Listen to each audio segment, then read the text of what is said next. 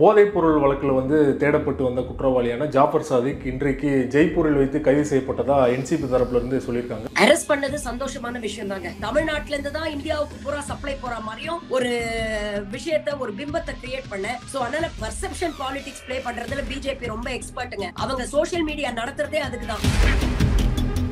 யாருக்கு சம்மந்தம் இருந்தா என்னங்க, இப்ப அது திமுக ஆட்களுக்கே அதுல சம்மந்தம் இருந்தாலும் அவங்க தப்பு பண்ணி இருக்கனாங்க, அவங்களுக்கு தண்டனை கொடுக்கணும் அப்படிங்கறதுல எந்த மாற்றமுமே கிடையாது. திமுக பயப்படும், திமுக தப்பு செஞ்சிருந்தா திமுக பயப்பட போகுது. உங்களுக்கு என்ன பிரச்சனை அதுல?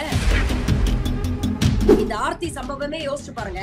தமிழ்நாட்டுல நடந்திருந்தா இந்நேரத்துக்கு என்ன தத்தகா புத்தகான்னு குதிச்சிருப்பாங்க. அண்ணாமலை ஒரு 10 பிரஸ் மீட் கொடுத்திருப்பாரு, ஒரு 20 போராட்டங்கள் நடத்தியிருப்பாரு, என்சிபிசிஆர் குதிச்சிருக்கோம், என்சிடபிள்யூ குதிச்சிருக்கோம். ஆனா இன்னைக்கு புதுச்சேரியில எப்படி நடந்தோன்னு உடனே தமிழிசை என்ன சொல்றாங்க, நீங்க எல்லாம் கொஞ்சம் பொறுமையா இருக்கணும், அரசாங்க நடவடிக்கை இருக்கும், பொறுமையா இருங்க.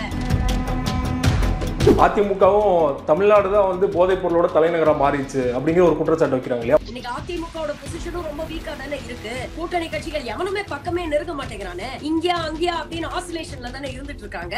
இன்னும் வெளிப்படையாக மோடியை கண்டிக்க ஏன் இபிஎஸ்க்கு தைரியம் இல்ல? சொல்லலாம்ல, திமுக போதை மாநிலமா மாத்திருச்சுன்னு சொல்றீங்களே, குஜராத் பத்தி ஏன் பேச மாட்டேங்கிறீங்க? குஜராத் மூலமா தானே 70% ட்ரக்ஸ் இந்தியாக்குள்ள வருது அப்படின்னு சொல்றாங்க. ஒன்றிய அரசு மீது அவருக்கு என்ன பயமோ, நாம ஏதாவது பேசிட்டா ஈடி நம்ம வீட்டுக்கும் வந்துருமோ அப்படிங்கிற பயமோ, அதனால பேச மாட்டேங்கிறாரு.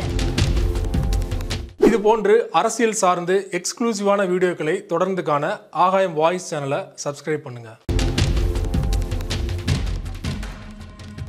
ஆகாயம் வாய்ஸ் நேயர்களுக்கு வணக்கம். இன்றைக்கு நம்மோடு நேர்காணலுக்காக மருத்துவர் சர்மிளா பாலாஜி அவர்கள் நம்மோடு இணைந்திருக்கிறார். அவரோடு பேசலாம். வணக்கம் மேம். வணக்கம் தோழர், சொல்லுங்க. போதைப் பொருள் வழக்கில் தேடப்பட்டு வந்த குற்றவாளியான ஜாஃபர் சாதிக் இன்றைக்கு ஜெய்ப்பூரில் வைத்து கைது செய்யப்பட்டதா என்சிபி தரப்புல இருந்து சொல்லியிருக்காங்க. இன்றைக்கு மதியம் 2:30 மணிக்கு கூட என்சிபி தரப்புல இருந்து பத்திரிகையாளர் சந்திப்பு நடத்த போறதா செய்திகள் வந்திருக்குது. ஜாஃபர் சாதிக் ஆரம்பத்தில் திமுகவில் ஒரு பொறுப்பில் இருந்தார், மாவட்ட பொறுப்பில் இருந்தார். ஸோ இதோட திமுகவோட தொடர்படுத்தி பல செய்திகள் தொடர்ச்சியாக வந்துட்டு இருக்குது. ஜாஃபர் சாதிக் அரெஸ்ட் பண்ணப்பட்டால் திமுகவுக்கு சிக்கல் ஏற்படும் அப்படிங்கிற செய்திகளை பார்க்க முடிஞ்சது இல்லையா? முதற்கட்டமாக நீங்கள் எப்படி பார்க்குறீங்க? அரெஸ்ட் பண்ணது சந்தோஷமான விஷயம் தாங்க. ட்ரக்ஸை பொறுத்த வரைக்கும் அதுல யார் இன்வால்வ்டா இருந்தாலும், அது ஸ்டேட் கவர்மெண்டா இருந்தாலும் சரி, சென்ட்ரல் கவர்மெண்டா இருந்தாலும் சரி, there should be a zero tolerance approach. இன்னைக்கு போதை பழக்கத்தினால இன்னைக்கு இருக்கக்கூடிய ஒரு டிமோகிராபிக் டிவிடெண்ட்னு நம்ம சொல்லக்கூடிய நம்மள இளைஞர்கள் சமுதாயம் இந்தியால பாத்தீங்கன்னா ஆவரேஜ் ஏஜ் 28 அப்படிங்கிறாங்க. இன்னைக்கு வேர்ல்ட்ஸ் லார்ஜஸ்ட் பாப்புலேட்டட் கண்ட்ரி நாம. அதுலயும் பெரும்பாலான பாப்புலேஷன் பாத்தீங்கன்னா இளைஞர்களுடைய பாப்புலேஷன் தான். அப்போ இததான் நம்ம டிமோகிராபிக் டிவிடெண்ட் அப்படிங்கிறோம். இவங்க மேல நம்ம இன்வெஸ்ட் பண்ணோம்னா நாளைக்கு நம்மளுடைய நாடு வளர்ச்சி அடையறதுக்கு அது உதவியா இருக்கும். ஆனா அப்படிப்பட்ட டிமோகிராபிக் டிவிடெண்ட்னு சொல்லக்கூடிய இளைஞர் சமுதாயம் இன்னைக்கு பல பிரச்சனைகளை சந்திச்சுட்டு இருக்கு. ஒரு பக்கம் நீங்க பாத்தீங்கன்னா வேலை இல்லா திண்டாட்டம், சரியான வேலை இல்ல, வாழ்வாதாரத்துக்கு வருமானத்துக்கு வழி இல்லாம இருக்கிறாங்க. படிச்சுட்டு விரக்தியில இன்னைக்கு இந்தியாவுல student suicides highest number of student suicides இந்தியாவுல நடக்குது அப்படின்னு சொல்றாங்க. அப்போ படிச்சு முடிச்சு வாழ்க்கையில வழி தெரியாம திக்கு தெரியாம தெரிஞ்சுக்கிட்டு கூடிய இளைஞர்களுக்கு நீங்க பாத்தீங்கன்னா இது போன்ற பழக்கங்களுக்கு ஈஸியா அடிமையாடுவாங்க. அந்த ஒரு ஃப்ரஸ்ட்ரேஷன்ல இது போன்ற பழக்கங்களை போய் ஈஸியா மாட்டிக்கிறாங்க. இது போன்ற பழக்கங்களை மாட்டிக்கிறதுனால கூட அவங்க லைஃப்லயே டீரைல் ஆகிறதுக்கான வாய்ப்புகளும் இருக்கு. சோ ட்ரக்ஸை பொறுத்த வரைக்கும் அது எந்த அரசாங்கமா இருந்தாலும் சரி, it should be a zero tolerance approach. So அவரை பிடிச்சிட்டாங்க, ரொம்ப நல்ல விஷயம் தான். கண்டிப்பாக அவர் குற்றவாளி, அவருக்கு தண்டனை வழங்கப்பட வேண்டும் அப்படிங்கறதுல எந்த சந்தேகமும் இல்ல. இந்த பர்செப்ஷன் பாலிடிக்ஸ் பிஜேபி ரொம்ப அழகா பிளே பண்ணுவாங்க.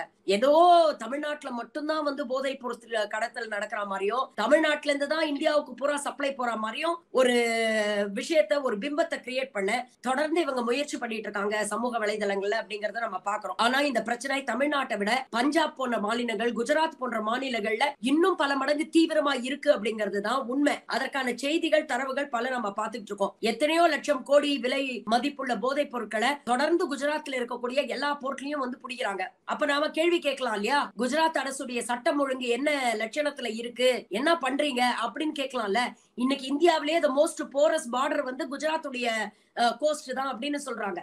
அதுக்கு அடுத்தது இப்போ காரைக்கால் போர்ட்டையும் தூக்கி அதானிக்கு தாரவாத்து பண்ணிட்டாங்க. இப்போ ரீசெண்டா பாண்டிச்சேரியில நடந்த சம்பவம் கூட நீங்க பாத்தீங்கன்னா கஞ்சாவின் பழக்கம் இருக்கிறதுனால இப்படி பண்றாங்க அப்படிங்கிற ஒரு விஷயத்த நம்ம பாக்குறோம். அப்போ இது வெறும் சம்பந்தப்பட்ட அந்த நபர்கள், இவங்க செய்யக்கூடிய இந்த தொழில் இந்த போதைப் பொருளை உட்கொள்ளக்கூடிய நபர்களை மட்டும் இல்லாம இவங்களுடைய அந்த பழக்கம் எப்படி சம்பந்தமே இல்லாத அப்பாவிகளையும் பாதிக்குது அப்படிங்கறதையும் நம்ம பாக்குறோம். சோ அதனால பர்செப்ஷன் பாலிடிக்ஸ் பிளே பண்றதுல பிஜேபி ரொம்ப எக்ஸ்பர்ட்டுங்க. அவங்க சோசியல் மீடியா நடத்துறதே அதுக்குதான். ஒரு விஷயத்த ஊதி பெருசாக்கி ஈர பெருமாளாக்கி ஈர பேனாக்கி பேன பெருமாளாக்குறது அப்படிங்கிற விஷயத்துல வந்து அவங்க எக்ஸ்பர்ட். அவங்க அதை தான் தொடர்ந்து பண்ணிட்டு இருப்பாங்க. But what ever said and ton, யாருக்கு சம்பந்தம் இருந்தா என்னங்க, இப்ப அது திமுக ஆட்களுக்கே அதுல சம்பந்தம் இருந்தாலும் அவங்க தப்பு பண்ணிருக்காங்க, அவங்களுக்கு தண்டனை கொடுக்கணும் அப்படிங்கறதுல எந்த மாற்றமுமே கிடையாது. திமுக பயப்படும்னா திமுக தப்பு செஞ்சிருந்தா திமுக பயப்பட போகுது. உங்களுக்கு என்ன பிரச்சனை அதுல?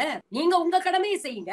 திமுக பிரச்சனை, திமுக தப்பு பண்ணியிருந்தா திமுக யார் தப்பு பண்ணிருக்காங்களோ அவங்க கவலைப்பட போறாங்க.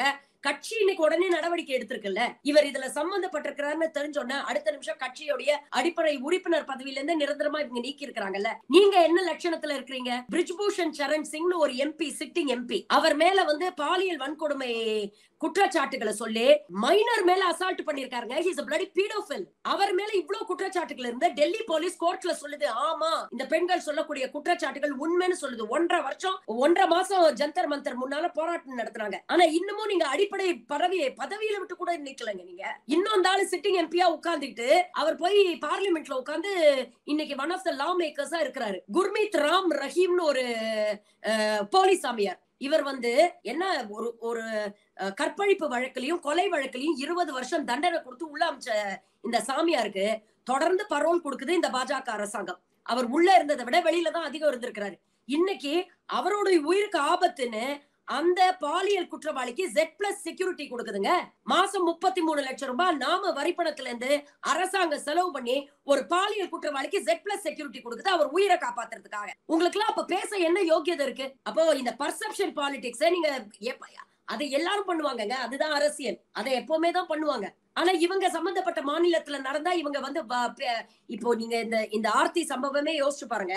தமிழ்நாட்டுல நடந்திருந்தா இந்நேரத்துக்கு என்ன தத்தகா புத்தகான்னு குதிச்சிருப்பாங்க. அண்ணாமலை ஒரு 10 பிரஸ் மீட் கொடுத்திருப்பாரு, ஒரு 20 போராட்டங்கள் நடத்தியிருப்பாரு, NCPCR குதிச்சிருக்கோம், NCW குதிச்சிருக்கோம், தனியா ஃபேக்ட் ஃபைண்டிங் கமிட்டின்னு ஒரு கமிட்டியை போட்டு இருக்கக்கூடிய முன்னாள் நடிகைகள் இவங்க கட்சியில இருக்கக்கூடியவங்க எல்லாம் கூட்டிட்டு வந்திருப்பாங்க ஃபேக்ட் ஃபைண்டிங் கமிட்டி அப்படிங்கிற பேர்ல. ஆனா இன்னைக்கு புதுச்சேரியில எப்படி நடந்தோன்னு உடனே தமிழிசை என்ன சொல்றாங்க, நீங்க எல்லாம் கொஞ்சம் பொறுமையா இருக்கணும், அரசாங்க நடவடிக்கை இருக்கும், பொறுமையா இருங்க அப்படின்னு அட்வைஸ் பண்றாங்க. அப்ப நீங்கள் ஆளக்கூடிய மாநிலங்கள் எல்லாம் நீங்க ஒரு விதத்துல டீல் பண்ணுவீங்க. எதிர்கட்சி ஆளக்கூடிய மாநிலத்துல ஏதாவது ஒரு விஷயம் கிடைச்சானா அதை ஊதி பெருசு பண்ணுவீங்களா அப்படிங்கிற கேள்வி வருதுல. சோ பிஜேபி சொல்லக்கூடிய அந்த பர்செப்ஷன் பாலிடிக்ஸை வந்து ஒரு சைட்ல வச்சிருவோங்க. எல்லாத்தையும் தாண்டி அவர் தப்பு பண்ணிருக்காருன்னா கண்டிப்பா அவருக்கு தண்டனை கொடுக்கப்பட வேண்டும். இவர் மட்டும் இல்ல, இந்த ரிங்ல இந்த ஸ்கேண்டல்ல யாரெல்லாம் இருக்கிறாங்களோ அவங்க எல்லாம் யாரெல்லாம் குற்றவாளிகள் அப்படிங்கிற கண்டுபிடிக்க வேண்டிய ஒரு கடமை இன்னைக்கு ஒன்றிய அரசாங்கத்துக்கு இருக்கு. Right ma'am. தவறு யார் செஞ்சாலுமே வந்து கண்டிப்பா வந்து தண்டனை அனுப்பிக்கும் நீங்க சொல்லிருக்கீங்க. குறிப்பா வந்து பாஜக வந்து அந்த பெர்செப்ஷன் பாலிடிக்ஸை வந்து சரியா பண்ணிட்டு இருக்காங்க அப்படிங்கிற ஒரு குற்றச்சாட்டு வச்சிருக்கீங்க இல்லையா? மக்கள் மத்தியில் இப்படி ஒரு குற்றச்சாட்டு எடுபடுன்னு நினைக்கிறீங்களா? தொடர்ச்சியா வந்து பாஜக மட்டும் இல்ல, அதிமுகவும் தமிழ்நாடு தான் வந்து போதைப் பொருளோட தலைநகரம் மாறிடுச்சு அப்படிங்கிற ஒரு குற்றச்சாட்டு வைக்கிறாங்க இல்லையா? மக்கள் மத்தியில் என்ன மாதிரியான ஒரு மனநிலையை உண்டாக்கும் நினைக்கிறீங்க இந்த மாதிரியான ஒரு பெர்செப்ஷன்? அதிமுகவுக்கு அரசியல் பண்றாங்க. எல்லாருமே அரசியல் தானே. At the end of the day இத வச்சு என்ன மைலேஜ் தேடலாம்? இன்னைக்கு அதிமுகவோட பொசிஷனும் ரொம்ப வீக்கா தானே இருக்கு. கூட்டணி கட்சிகள் எவனுமே பக்கமே நெருங்க மாட்டேங்கிறானே. இங்கயா அங்கயா அப்படின்னு ஆசிலேஷன்ல தானே இருந்துட்டு இருக்காங்க. இன்னும் வெளிப்படையாக மோடியை கண்டிக்க ஏன் EPSக்கு தைரியம் இல்ல? சொல்லலாம்ல. திமுக வந்து போதை மாநிலமா மாத்திருச்சுன்னு சொல்றீங்களே, குஜராத் பத்தி ஏன் பேச மாட்டேங்கிறீங்க? குஜராத் மூலமா தானே 70% ட்ரக்ஸ் வந்து இந்தியாக்குள்ள வருது அப்படின்னு சொல்றாங்க. அப்ப ஏன் அதை பத்தி பேச மாட்டேங்கிறீங்க? ஏன் ஒன்றிய அரசை நீங்க கண்டிக்க மாட்டேங்கிறீங்க? ஒன்றிய அரசை நோக்கி ஏன் கேள்வி எழுப்ப மாட்டேங்கிறீங்க? அமித்ஷா சொல்றாருங்க, 2006ல இருந்து 13 வரைக்கும் இருக்கக்கூடிய காலகட்டத்துல 768 கோடி மதிப்புள்ள ட்ரக்ஸை தான் நாங்க வந்து சீஸ் பண்ணிருக்காங்க காங்கிரஸ் அரசாங்கம். ஆனா நாங்க வந்ததுக்கு அப்புறம் 14ல இருந்து 2022 வரைக்கும் 22,000 கோடிக்கு மேல இருக்கக்கூடிய கிட்டத்தட்ட 30 மடங்கு அதிகம் நாங்க வந்து சீஸ் பண்ணிருக்கோம் அப்படிங்கிறாரு. அப்ப இது பெருமைப்பட வேண்டிய விஷயமா? அவ்வளவு போதைப் பொருள் நடமாட்டம் புழக்கம் அதிகமா இருக்குன்னு தானே அவரே சொல்றாரு. கிட்டத்தட்ட கேசஸே நாங்க வந்து நிறைய ஃபைல் பண்ணிருக்கோம், 181% அதிகமா நாங்க கேசஸ் ஃபைல் பண்ணிருக்கோம் அமித்ஷா மேடையில பேசுறாரு. 2022ஆம் ஆண்டு மட்டும் நீங்க பாத்தீங்கன்னா 6 லட்சம் கிலோ ட்ரக்ஸ வந்து டிஸ்ட்ராய் பண்ணிருக்கு இந்த அரசாங்கம், ஒன்றிய அரசாங்கம். பல கேசஸ்ல வந்து பிடிப்பட்ட அந்த போதைப் பொருட்கள் எங்க போச்சுங்கிறதுக்கே தரவே இல்ல. அந்த தரவுகளையே கொடுக்க மாட்டேங்குது இந்த அரசாங்கம். எங்க காணாம போச்சுன்னு தெரியல. இன்னொரு இடத்துல பார்த்தா எலி கடிச்சிச்சுங்கிறாங்க. அப்ப இதெல்லாம் வந்து ஏன் எடப்பாடி அவர்கள் கேள்வி கேட்க மாட்டேங்கிறாரு? நியாயமா நீங்க கேள்வி கேட்கலாம்டா, எல்லாரையும் கேள்வி கேட்கணும். அப்போ உங்களுக்கு உங்களுடைய சுயநலம். இங்க வந்து திமுகவை எதிர்த்து நாம அரசியல் பண்ணாதான் எதிர்கட்சி நாம இப்போ ஸ்லோவா ஒரு பர்செப்ஷன், அதே பர்செப்ஷன் பாலிடிக்ஸ் தான் திரும்ப பாஜக ஒரு பர்செப்ஷனை கிரியேட் பண்ணி வச்சிருக்காங்க. நாங்க தான் இங்க பிரதான எதிர்கட்சி, திமுகவுக்கு எதிர்கட்சி பாஜக தான், திமுகவுக்கு ஆல்டர்னேட்டிவ் பாஜக தான் அப்படிங்கிற ஒரு பர்செப்ஷனை கிரியேட் பண்ண தொடர்ந்து அவங்க முயற்சி பண்ணி அதுல ஓரளவுக்கு அவங்க வெற்றியும் அடைஞ்சிருக்காங்க. இப்ப அந்த பர்செப்ஷனை பிரேக் பண்ண வேண்டிய ஒரு தேவை இருக்கிறதுனால ஒன்றிய அரசு மீது அவருக்கு என்ன பயமோ, நாம ஏதாவது பேசிட்டா ஈடி நம்ம வீட்டுக்கும் வந்துருமோ அப்படிங்கிற பயமோ, அதனால பேச மாட்டேங்கிறாரு. ரொம்ப நன்றி. நம்ம உங்க நேரத்தை ஒதுக்கி பல்வேறு அரசியல் சூழல் குறித்து எங்களோட விரிவா உங்களோட கருத்துக்களை பகிர்ந்து கொண்டீங்க. நன்றி. நன்றி, வணக்கம்.